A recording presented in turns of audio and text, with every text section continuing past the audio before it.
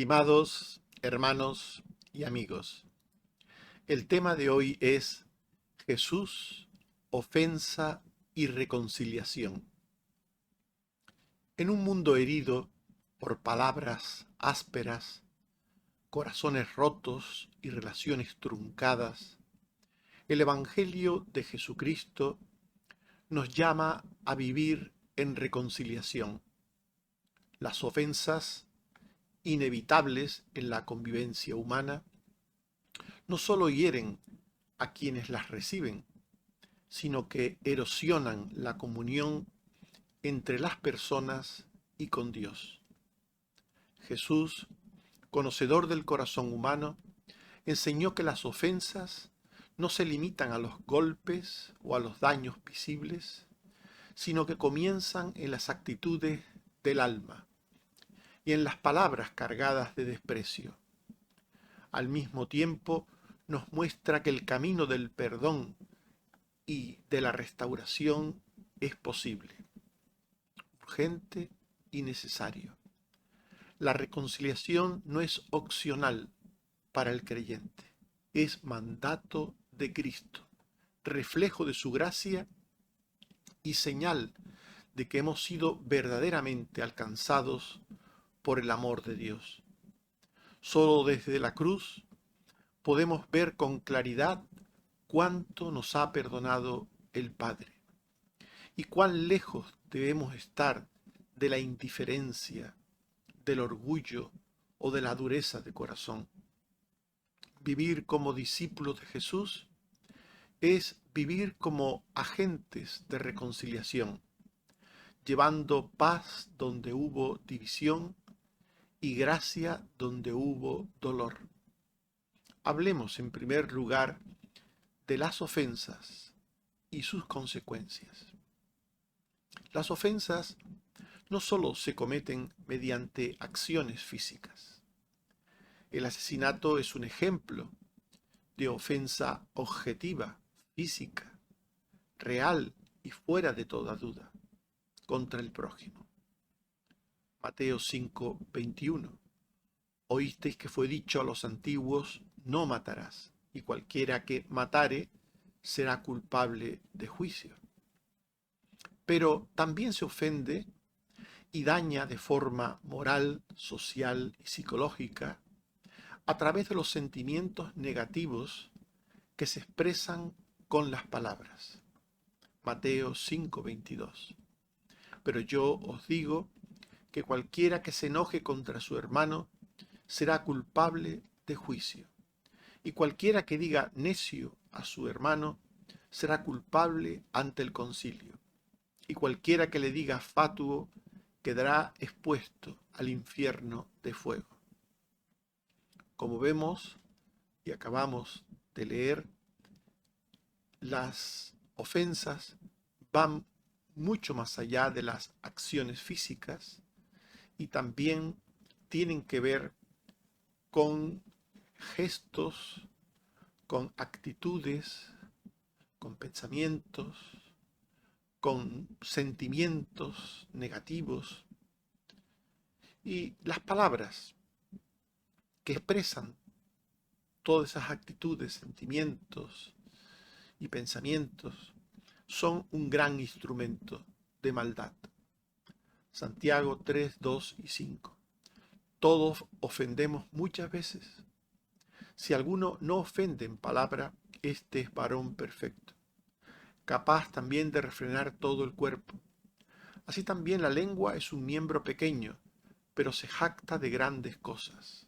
He aquí cuán grande bosque enciende un pequeño fuego. Por tanto, las palabras son medios para mostrar la maldad interior que pueda haber en nosotros. Y por supuesto, cualquier ofensa al prójimo es una ofensa también a Dios. Cualquier ofensa hecha mediante actos objetivos o mediante actos de actitudes y pensamientos negativos o mediante palabras, cualquier ofensa hacia el prójimo también es una ofensa a Dios. Levítico 6, 2, 4 y 7. Cuando una persona pecare e hiciere prevaricación contra Jehová, y negare a su prójimo lo encomendado, o robare o calumniare a su prójimo, entonces, habiendo pecado y ofendido, el sacerdote hará expiación por él delante de Jehová, y obtendrá perdón de cualquiera de todas las cosas en que se suelen ofender. Este texto nos muestra que los diversos pecados que se mencionan aquí, que tienen que ver con el prójimo, el que robare, que el calumniare, el que le ofendiere en cualquier manera, lo hacía también para con Dios. Pecar contra el prójimo es pecar contra Dios. Y por tanto, la ofensa es un acto que desde el hecho hasta el pensamiento o actitud oculta o la palabra expresada de forma intencionada, la ofensa canaliza el pecado propio interior hacia el prójimo y ofende. Ahora bien, hay un componente subjetivo y objetivo de las ofensas. Lo subjetivo es lo que está por debajo de lo visible, de lo observable, de lo real. Y lo objetivo es lo que se puede ver, lo que es real, lo que es comprobable. Todos somos potenciales ofensores de los demás. Nadie se libra de ofender a su prójimo. Nadie. Todos somos pecadores y por tanto todos somos ofensores potenciales. Santiago 3:2. Todos ofendemos muchas veces. Ahora bien, no todos somos igualmente pecadores. Si alguno no ofende en palabra, este es varón perfecto, dice Santiago 3:2, capaz también de refrenar todo el cuerpo. Hay personas que por la gracia salvífica o por la gracia común de Dios puede tener dominio propio de sus pasiones y hay quienes no pueden controlar dichas pasiones. Por tanto, hay un aspecto de la ofensa que puede ser objetivo y otro que puede ser subjetivo. En cuanto a los aspectos objetivos, los aspectos que hacen que la ofensa sea real, hay que decir que se ofende realmente a alguien cuando se hace algo en su contra, cuando se le hace daño objetivamente, visiblemente, realmente. En Mateo 5:23 se dice, si tu hermano tiene algo contra ti. Este es un texto interesante porque este texto está hablando del componente subjetivo de la ofensa. Si tu hermano tiene algo contra ti, que el hermano tenga algo contra nosotros, no supone que ese algo sea real. Puede ser subjetivo o puede ser objetivo. Por tanto, este pasaje, si tu hermano tiene algo contra ti, habla de que existe en la ofensa un aspecto que puede ser real. Alguien puede sentirse ofendido porque se le ha causado un daño real. O también nos muestra que alguien puede sentirse ofendido sin haberle hecho nada, sin haberle hecho ningún daño. Juan 6, 60 al 61. Muchos dijeron, dura es esta palabra, ¿quién la puede oír? Sabiendo Jesús que sus discípulos murmuraban de esto, les dijo, ¿esto os ofende? Según estas palabras, los discípulos y otros se sentían ofendidos con Cristo y Jesús no había hecho nada para ofenderles. Estaba sencillamente hablando la verdad de Dios. Decir la verdad puede ofender a muchas personas. Cuando la verdad es objetiva, obviamente. Si alguien tiene un cuchillo en su mano lleno de sangre, un cuchillo que acaba de sacar del cuerpo de alguien, y esto lo está viendo todo el mundo, decir que es un asesino no es una acusación injusta, no es una ofensa. Esa persona acaba de matar a alguien delante de personas que le han visto, tiene el cuchillo en su mano, es evidente que es el asesino. O podríamos poner otro ejemplo, si acaba de robar, se le ha visto tomar lo que no era de él, lo tiene en su mano, pues obviamente es un ladrón. Decir asesino al asesino o ladrón al ladrón no es ofenderle en ninguna manera. Pero decir que alguien dice algo contra nosotros y ofendernos cuando realmente lo que está diciendo es la verdad, eso es una ofensa tomada, es una ofensa subjetiva. Hechos 25:10. Pablo dijo, ante el tribunal de César estoy, donde debo ser juzgado. A los judíos no les he hecho ningún agravio, como tú sabes muy bien. Pablo estaba siendo juzgado y no había hecho nada. Como Jesús estaba siendo acusado de ofender y no había hecho nada. Esto sucede mucho en la vida. Hay personas que se ofenden y si tú les preguntases, ¿qué te he hecho yo a ti? No podrían decir nada. No, porque tú hiciste, miraste a la izquierda, miraste a la derecha, ¿y eso a ti qué? ¿Yo te hice daño mirando a la izquierda, mirando a la derecha? No, porque tú te vestiste de azul y no de verde. Bueno, ¿y eso te hace a ti daño? ¿Yo te ofendí con eso?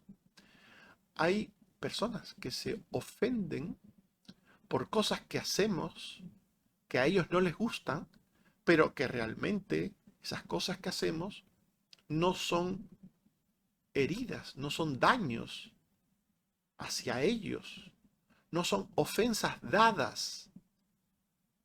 Pero hay personas que se ofenden por ofensa tomada. Ellos toman ofensas donde no las hay. Esto pasó con Jesús, esto se ofende, esto pasó con Pablo.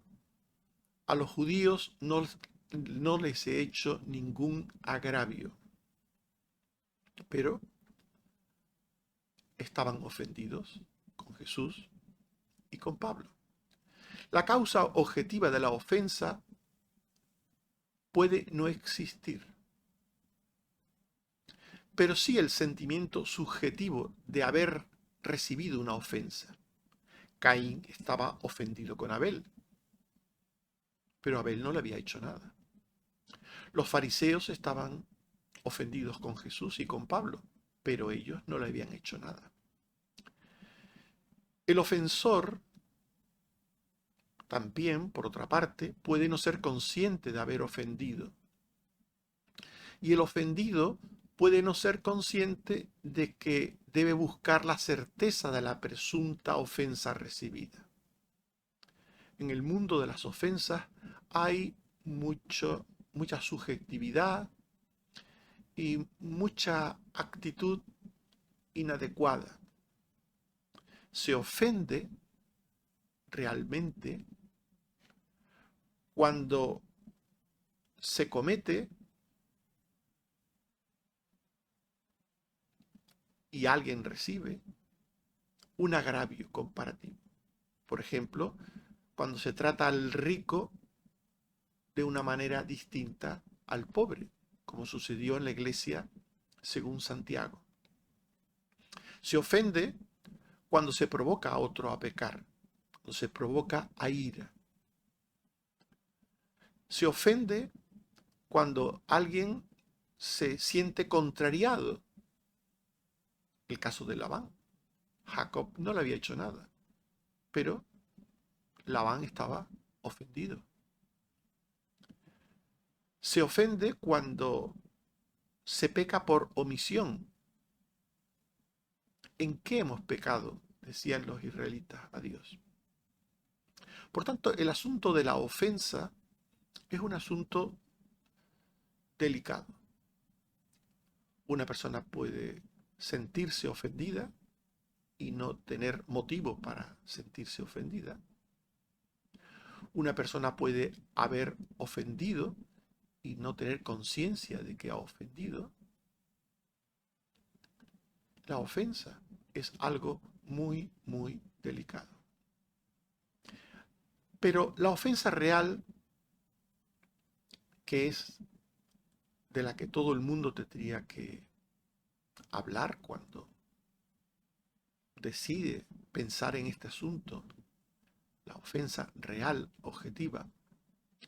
En la ofensa real siempre se comete alguna forma de pecado objetivo. Siempre se peca. ¿Qué es lo que dice Mateo 18:15? Si tu hermano peca contra ti, esto es ofensa real. Fíjense que este texto es muy distinto al que vimos hace unos instantes. Si tu hermano tiene algo contra ti, aquí no hay evidencia de haber ofendido a alguien, independientemente de que esa persona se sienta ofendido. Si tu hermano tiene algo contra ti. Pero ahora sí, Jesús está hablando de pecado real, objetivo. Si tu hermano peca contra ti, Mateo 18:15. Por tanto, existe la ofensa subjetiva y la objetiva. La ofensa tomada y la ofensa dada. El pecado de una persona contra sí mismo, contra otros, ajenos, contra Dios, no nos causa un agravio a nosotros. Y por tanto no tenemos por qué sentirnos ofendidos. Si una persona, pues, nos enteramos que le mintió al vecino, nos puede parecer mal que haya mentido al vecino. Está mal que haya mentido al vecino. Pero no tenemos por qué sentirnos ofendidos con esa persona. No nos ha hecho nada a nosotros. No nos ha ofendido. Si una persona comete cualquier tipo de pecado que no nos afecta a nosotros, no tenemos por qué sentirnos ofendidos con esa persona. No nos ha hecho nada. Hay personas que se ofenden con otra persona cuando les pregunta ¿qué te ha hecho? No, a mí no me ha hecho nada, pero le gritó al vecino. A mí no me ha hecho nada, pero se lleva mal con la esposa. A mí no me ha hecho nada, pero. La Biblia dice, si tu hermano peca contra ti, peca contra ti. Y esto es lo que deberían de preguntarse muchas personas. ¿Qué te ha hecho esa persona a ti para herirte, para ofenderte? Porque puede ser que no haya hecho nada. Si expresó su opinión y es diferente a la tuya, el que alguien exprese su opinión diferente no es una ofensa para ti. A ti te puede gustar el amarillo y a él le puede gustar el rojo. Y que él te haya dicho que le gusta el rojo y no el amarillo, no es una ofensa contra ti. Hay personas que son intolerantes. Y si alguien habla de forma distinta a lo que piensa, se sienten ofendidos. Pero realmente no se les ha ofendido. Porque ofender es hacer algo contra una persona. Algo contra una persona que le hiere, que le daña, que le perjudica. Por tanto, esto es muy importante que lo entendamos. Muy importante. En el Salmo 51, versículo 4, David reconoce su pecado y dice, contra ti solo he pecado y he hecho lo malo delante de tus ojos. Este es un texto interesante que nos muestra lo que decíamos antes, que hacer daño al prójimo es hacer daño también a Dios, es perjudicar a Dios, es ofender a Dios. Y aquí en este texto que acabamos de leer aparece de nuevo la expresión, contra ti he pecado, contra ti. La ofensa real tiene que incluir este contra ti. Y esto debería, repito, llevarnos a pensar si con todas las personas de las que nos hemos distanciado, con las que tenemos problemas, nos sentimos heridos, ofendidos, si esas personas nos han hecho algo realmente a nosotros, han hecho algo contra nosotros, porque que piensen diferente o que le hayan gritado al vecino o que hayan cometido cualquier error, eso no nos ofende y por tanto no deberíamos tener nada contra esa persona. Por tanto, esto es fundamental entenderlo en relación con las ofensas. En Juan 21, 20 al 22, se nos dice que Pedro vio que le seguía el discípulo a quien amaba Jesús. Cuando Pedro le vio, dijo a Jesús, Señor, ¿y qué de éste? Jesús le dijo, si quiero que él quede hasta que yo venga, ¿qué a ti? Sígueme tú. Esto es un ejemplo de ofensas que tienen a veces las personas, los celos porque alguien pueda ser querido o más querido que otro, porque hay personas que se ganan más el afecto. Y hay personas que se toman a mal esto. Fulano le regala en su cumpleaños a Mengano y a mí no me regala. Pero qué perjuicio te hace a ti esa persona cuando le regala a aquel y a ti no. ¿Qué perjuicio te hace a ti? ¿Qué daño te hace a ti?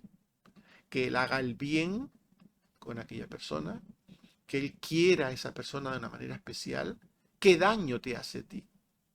Esto es lo que Jesús le dice aquí a Pedro.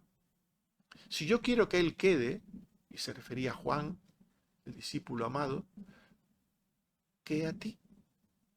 ¿Qué a ti? Hay personas que se ofenden. Una vez más, repetimos, por cosas que no son contra ellos, que no les hace daño a ellos, que les molesta, sí, pero que no tendría que por qué molestarles. ¿A ti qué? ¿A ti qué? ¿A ti qué? Por tanto, el único suceso real que podría ofendernos es aquel que es objetiva y directamente contra nosotros. Contra nosotros. Mateo 18:15. Si tu hermano peca contra ti. Y digo podría, porque la ofensa, aquello que causa el daño, digamos el cuchillo, no tiene siempre por qué ofender, no tiene siempre por qué causar el daño mismo, la herida. Alguien puede hacer algo malo, objetivo, y nosotros, si queremos, no ofendernos. Hay personas que creen que tienen el derecho a ofenderse, que tienen que ofenderse si alguien les hace algo que está mal, o si ellos se imaginan que alguien ha hecho algo, que tienen que ofenderse, que si no lo hicieran serían como idiotas. Hay personas que creen eso, que tienen que ofenderse, que tienen el derecho a ofenderse. Pero esas personas no han entendido el Evangelio. Porque Jesús dijo, Mateo 5:38 al 39, fue dicho ojo por ojo, pero yo os digo, no resistáis al que es malo, antes a cualquiera que te hiera en la mejilla derecha, vuélvele también la otra. Esa actitud de ojo por ojo, si me ofenden tengo que sentirme ofendido, si me hacen daño tengo que sentirme afectado por ese daño y mostrar que estoy afectado por ese daño, esa actitud de muchos no es cristiana. Y cuando digo que no es cristiana, quiero decir que es contraria a las enseñanzas de Jesús. Esa actitud es contraria a las enseñanzas de Jesús. Dice Primera de Corintios 6:7, ya es una falta en vosotros que tengáis pleitos entre vosotros mismos. ¿Por qué no sufrís más bien el agravio? Pregunta Pablo. ¿Por qué no sufrís más bien el ser defraudados? El cristiano siempre tiene la opción de no sentirse ofendido, de no sentirse herido, aun que la ofensa sea real.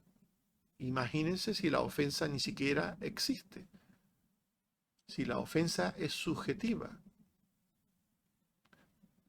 Imagínense.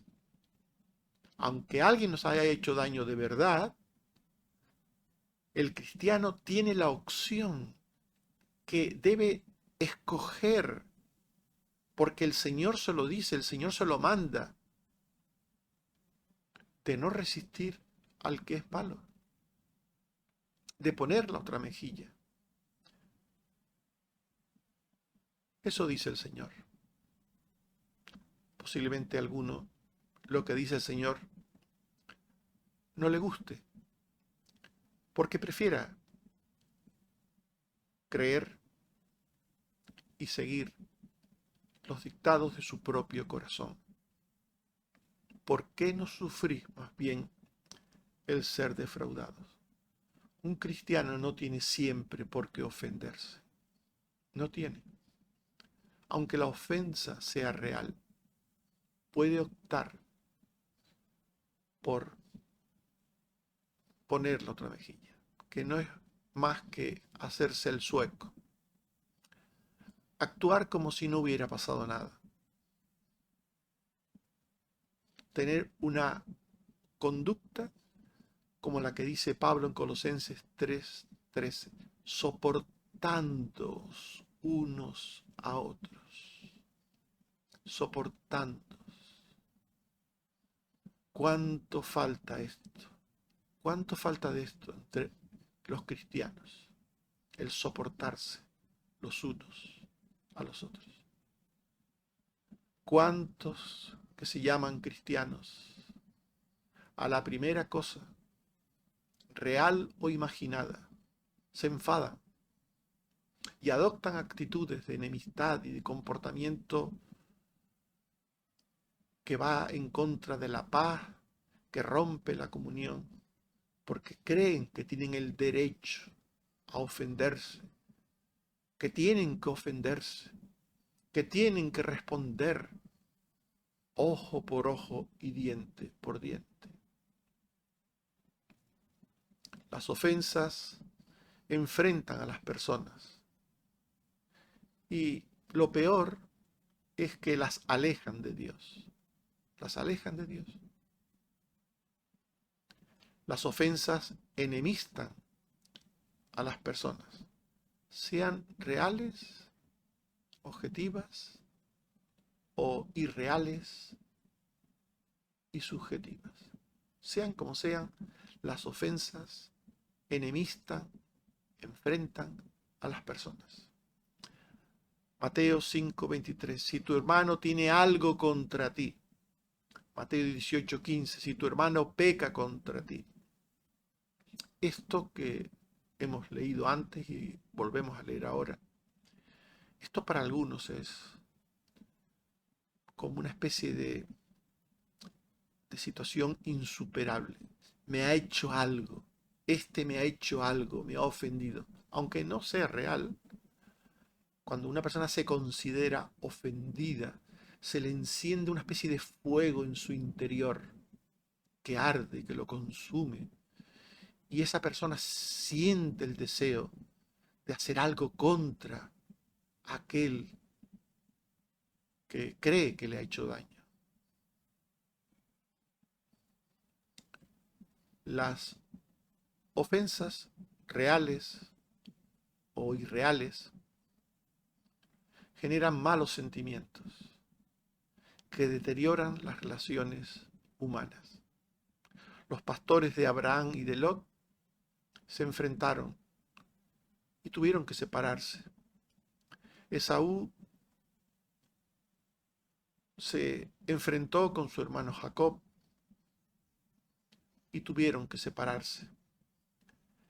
Labán se enemistó con Jacob y tuvieron que separarse. María y Aarón se enfrentaron a Moisés. Los malos sentimientos deterioran las relaciones humanas, rompen las relaciones humanas y pueden terminar en conductas criminales, asesinas, malas. Caín mató a Abel. Los hermanos de Dina mataron a Siquén. Los hermanos de José quisieron matarle y le enviaron una muerte segura, vendiéndole como esclavo hacia Egipto. Absalón mató a su hermano Amnón. Las enemistades terminan en conductas extremas, criminales. Las personas que se enemistan no se dan cuenta de que la enemistad, sea por causa real o irreal, pone en ellos un germen de odio, de sentimiento malo, que les va a hacer daño en primer lugar a ellos mismos, independientemente de que la ofensa sea subjetiva u objetiva. El primer perjudicado es el que se siente ofendido. Por supuesto, el que ha ofendido, también esa persona tiene un pecado grave ante Dios, del que tiene que arrepentirse, del que tiene que salir, y lógicamente esto le afectará en su vida gravemente. Pero aún el ofendido, el que se siente ofendido, se ve afectado por esa semilla de la afectación, del odio, del rencor, del mal sentimiento. Las ofensas enfrentan a las personas. Las ofensas deterioran a las personas. Las ofensas también alejan de Dios. Dios no recibe el culto ni la adoración de quienes son culpables de haber ofendido a otros. Mateo 5, 23 al 24. Por tanto, si traes tu ofrenda al altar y allí te acuerdas de que tu hermano tiene algo contra ti, deja allí tu ofrenda delante del altar y anda, reconcíliate primero con tu hermano y entonces ven y presenta tu ofrenda. Las ofensas impiden el culto a Dios. Las ofensas suponen pecado de un lado o de otro, y el pecado aleja de Dios. Dios no atiende las oraciones de los que son ofensores por necedad y negligencia. Primera de Pedro 3:7. Vosotros maridos igualmente vivid con ella sabiamente, dando honor a la mujer como a vaso más frágil y como a coherederas de la gracia de la vida, para que vuestras oraciones no tengan estorbo. Las oraciones de los que viven en confrontación, en enfrentamiento, en discordia, esas oraciones tienen estorbo para llegar a la presencia de Dios. Por tanto, el ser humano es dado a ofenderse. El pecado lleva al ser humano a ofender, a hacer daño, a actuar contra su prójimo, pero también el pecado lleva al ser humano a ofenderse, a sentirse ofendido por el daño real o irreal, por el sentimiento de que uno tiene que actuar contra el que te ha ofendido. Por una razón o por la otra, las ofensas generan distanciamientos, enemistades, pleitos, malos sentimientos y alejan de Dios. La reconciliación es lo único que acaba con la ofensa. La reconciliación. La reconciliación entre personas es un deber. Es un deber. Para un cristiano, la reconciliación no es una opción, es un deber. Porque es un deber del cristiano estar a bien y en paz con todas las personas. Es un deber. Romanos 12:18. Si es posible, en cuanto dependa de vosotros, estad en paz con todos los hombres. Si es posible, en cuanto dependa de vosotros, estad en paz con todos los hombres. Es un deber. Es un deber que tenemos que procurar, tenemos que esforzarnos. Mientras dependa de nosotros, tenemos que procurar estar a bien con todos, estar en paz con todos. Es un deber, no una opción. Y sobre todo debemos estar bien con aquel a quien hemos ofendido. El ofensor debe tomar la iniciativa en la reconciliación y procurarla. Mateo 5:23-24. Por tanto, si traes tu ofrenda al altar y allí te acuerdas de que tu hermano tiene algo contra ti, deja allí tu ofrenda delante del altar y anda, reconcíliate primero con tu hermano. Y entonces ven y presenta tu ofrenda. El que ha ofendido tiene que tomar la iniciativa. Tiene el deber primero. El que ha ofendido debe gestionar la reconciliación. Y debe hacerlo siguiendo el consejo divino. No de cualquier manera. Hay quienes tienen su propia manera de arreglar las cosas. En primer lugar, la reconciliación debe mantener la privacidad de la falta. Hay personas que se sienten ofendidas y que tienden en ese sentimiento a propagar el supuesto daño recibido o real daño recibido, tienden a propagarlo como una especie de venganza. Pero esto no es cristiano. Si alguien te ofende realmente, o si alguien tú crees que te ha ofendido, no estás seguro, tú tienes que reconciliarte con esa persona manteniendo la privacidad de la falta, sin divulgar la falta. Mateo 18, 15 al 17. Por tanto, si tu hermano peca contra ti, ve y repréndele estando tú y él solos. Mas si no te oyere, toma aún contigo a uno o dos, para que en boca de dos o tres testigos conste toda palabra. Si no los oyere a ellos, dilo a la iglesia. Aquí se refiere a la autoridad. Por tanto, debemos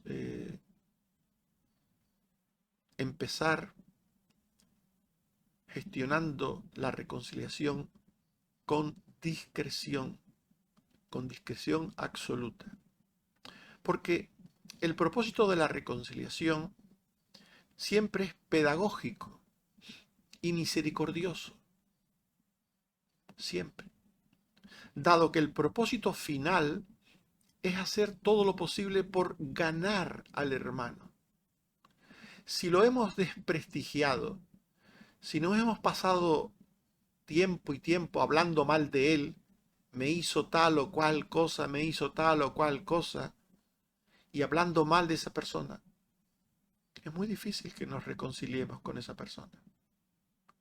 Porque aunque podamos aclarar las cosas y él me pida perdón o nos demos cuenta de que no ha habido ofensa y nos arreglemos, ¿qué sucede con el daño colateral que se le ha hecho a esa persona al publicar lo que hizo o supuestamente hizo?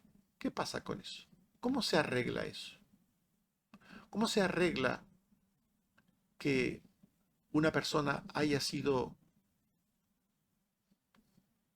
publicada por todas partes como mentiroso, como ladrón, como ofensor, siéndolo o no siéndolo?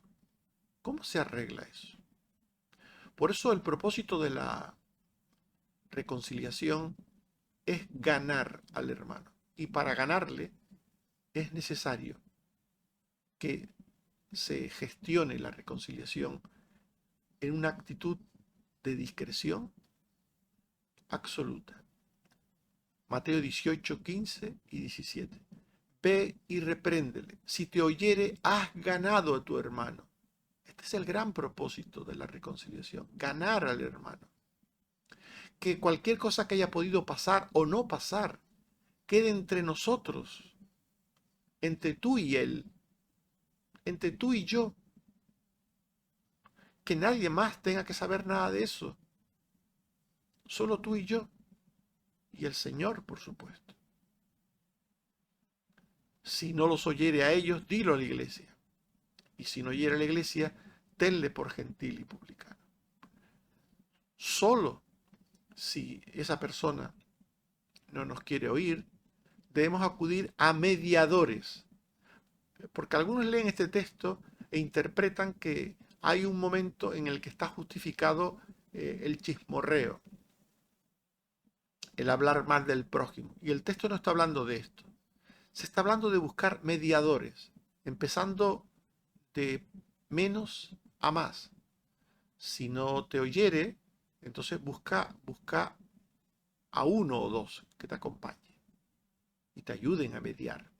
Y si no oyere a uno o dos, dilo a la iglesia, que se refiere a la autoridad de la iglesia, al consejo. Busca que personas de alto conocimiento y autoridad te ayuden. Siempre con el propósito de ganar al hermano, de mantener discretamente el problema, el asunto, para que si se consigue arreglarlo, aquello no haya trascendido de manera irreparable. Reprender no es aplastar. Hay personas que creen que reprender es eso, es aplastar. No es humillar, no es demostrar que tenemos la razón. Reprender no es nada de eso.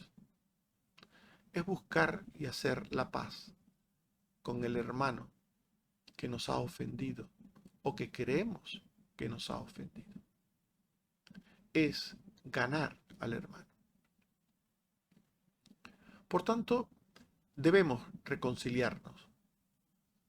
Debemos reconciliarnos. La reconciliación es el único medio que resuelve el problema de la ofensa. Y para ello debemos aprender de la reconciliación entre Dios y los pecadores.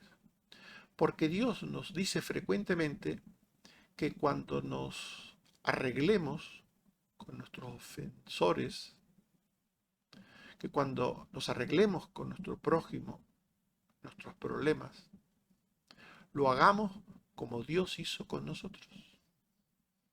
Por eso es importante recordar en este momento cómo Dios se reconcilió con nosotros.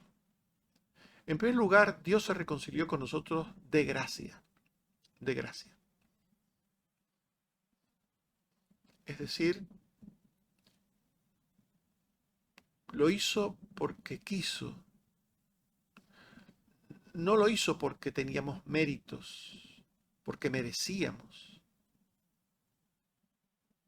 que Él nos volviera a tender la mano, volviera a amistarse con nosotros. No había ningún merecimiento en nosotros. Lo hizo de gracia. Mateo 18, 21 al 22. Entonces se le acercó Pedro y le dijo: Señor, ¿cuántas veces perdonaré a mi hermano que peque contra mí? ¿Hasta 7?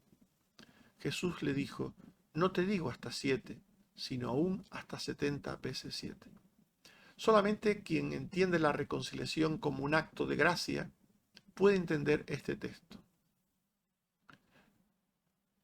Este texto habla de que no hay límite para perdonar, para reconciliarse, para ganar al hermano. No hay límite. Y no hay límite cuando uno ve las cosas desde la gracia. Cuando la gracia desaparece, entonces las personas calculan. No es que ya me ha ofendido 2 veces, o 3 veces, o muchas veces. Cuando no hay gracia, hay cálculo. En su lugar hay cálculo. Cálculo que lleva a las personas a creer que el pecado se convierte en pecado imperdonable. Me ha ofendido muchas veces. Ya no le puedo perdonar más. Existía entonces, como aún hoy, la creencia de que hay un número de veces en que se tiene que perdonar, pasado el cual ya no. Entonces, en tiempos de Jesús se creía que hasta 7 veces, hoy la gente suele decir hasta 3 veces, a la tercera va la vencida, dicen algunos. Pero Jesús dijo: no te digo hasta 7, sino aún hasta 70 veces 7, que era una forma de decir de forma ilimitada. Siempre hay que perdonar, siempre, porque el perdón es de gracia, es de gracia. El Señor nos dice que su perdón y reconciliación con nosotros fue concedido de pura gracia. En Mateo 18, 23 al 27, se nos dice que el reino de los cielos es semejante a un rey que quiso hacer cuentas con sus siervos, y uno le debía 10.000 talentos. A este, como no pudo pagar, ordenó venderle y a su mujer e hijos y todo lo que tenía, para que se le pagase la deuda. Entonces aquel siervo le suplicaba: Señor, ten paciencia conmigo, y yo te lo pagaré todo. El Señor, movido a misericordia, le soltó y le perdonó la deuda. Le perdonó sin que le pagase nada, porque realmente no podía pagarle nada. La deuda era inmensa. le perdonó de gracia. Este fue el comportamiento de Dios con nosotros. Perdonarnos de gracia. La salvación es por gracia. Es un don generoso, misericordioso, compasivo de parte de Dios. No hay merecimiento alguno en el pecador. Ninguno. Y este es el comportamiento que Dios espera de nosotros con nuestro prójimo. Las personas en general nos ofendemos unos a otros, aún a los cercanos,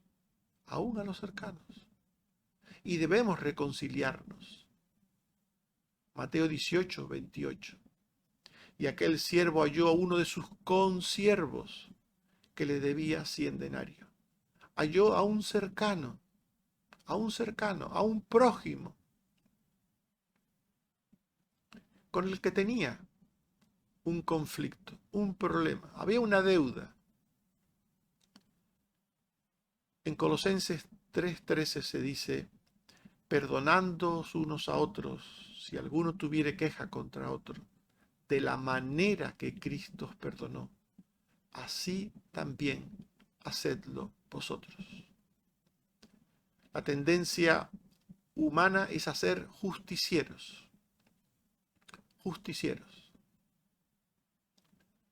olvidando el proceder de Dios. Mateo 18, 28 al 30. Y haciendo de él, le ahogaba, diciendo, págame lo que me debes. Entonces su consiervo, postrándose a sus pies, le rogaba, diciendo, ten paciencia conmigo, y yo te lo pagaré todo. Mas él no quiso, sino fue y le echó en la cárcel hasta que pagase la deuda. Esta es la actitud humana, ser justicieros. Pero la inmisericordia es el peor pecado que puede cometer un cristiano. El peor pecado. Porque se supone que todo lo que somos y creemos, se basa en que Dios nos perdonó. Somos salvos porque Dios nos perdonó en Cristo. Tenemos vida eterna, tenemos el derecho concedido por Dios de ser sus hijos, de tener moradas eternas que nos esperan, derechos concedidos por Dios. Todo se basa en la gracia divina, en el perdón divino. Por tanto, negar el perdón es negar la fe. Es negar la fe. La inmisericordia es el peor pecado que puede cometer un cristiano. Mateo 18, 32 al 35. Entonces, llamándole su señor, le dijo, siervo malvado, toda aquella deuda te perdoné porque me rogaste. ¿No debías tú también tener misericordia de tu consiervo, como yo tuve misericordia de ti? Entonces su señor, enojado, le entregó a los verdugos hasta que pagase todo lo que le debía. Así también mi Padre Celestial hará con vosotros si no perdonáis de todo corazón cada uno a su hermano sus ofensas. Estimados hermanos y amigos, hemos hablado de Jesús, ofensa y reconciliación. Y ante esto debemos hacernos unas preguntas. Ante esto debemos meditar, debemos reflexionar. En primer lugar, haz un examen sincero de tus palabras y actitudes. Pregúntate si has herido a alguien con tus gestos, palabras o silencios. Si el Espíritu Santo te muestra alguna ofensa que hayas cometido, toma la iniciativa para pedir perdón y restaurar la relación. En segundo lugar, perdona como Dios te perdonó en Cristo. Si has sido ofendido, Resiste el deseo de vengarte o de guardar rencor. Busca ganar al hermano, tal como Dios te buscó a ti cuando tú estabas alejado. La reconciliación es una expresión viva del Evangelio. Y en tercer lugar, cultiva un corazón misericordioso. La falta de perdón y compasión contradice la fe cristiana. La inmisericordia revela un corazón endurecido y ajeno al amor de Dios. Ora para que tu carácter sea moldeado por la misericordia que recibiste en la cruz. Dice Mateo 6, 14 al 15. Si perdonáis a los hombres sus ofensas, os perdonará también a vosotros vuestro Padre Celestial. Mas si no perdonáis a los hombres sus ofensas, tampoco vuestro Padre os perdonará vuestras ofensas. Que el Señor te bendiga y te ayude a entender todas y cada una de estas cosas. Amén. Oremos. Señor, te damos gracias por tu palabra. Queremos pedirte un corazón misericordioso, perdonador.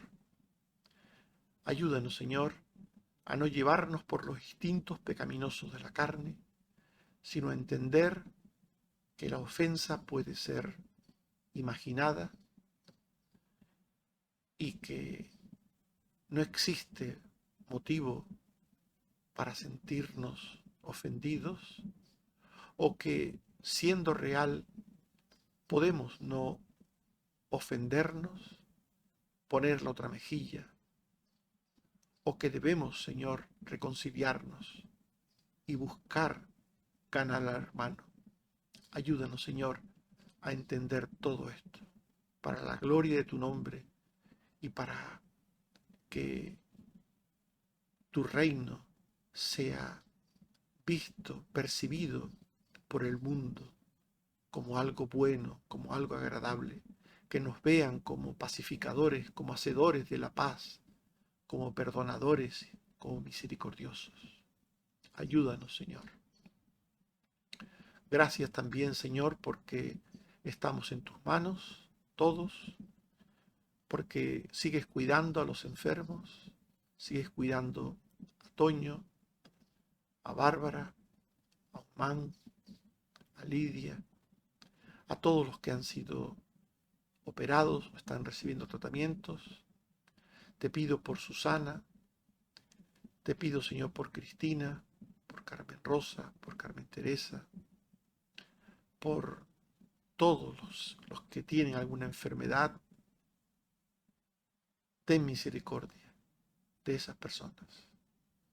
Y también te pido por los que tienen que ser operados, para que sea en el momento tuyo, el que tú quieres, y sea para tu gloria. Gracias, Padre, porque eres bueno y misericordioso. Bendito seas. Por Jesucristo tu Hijo. Amén. Que el Señor nos bendiga a todos. Amén.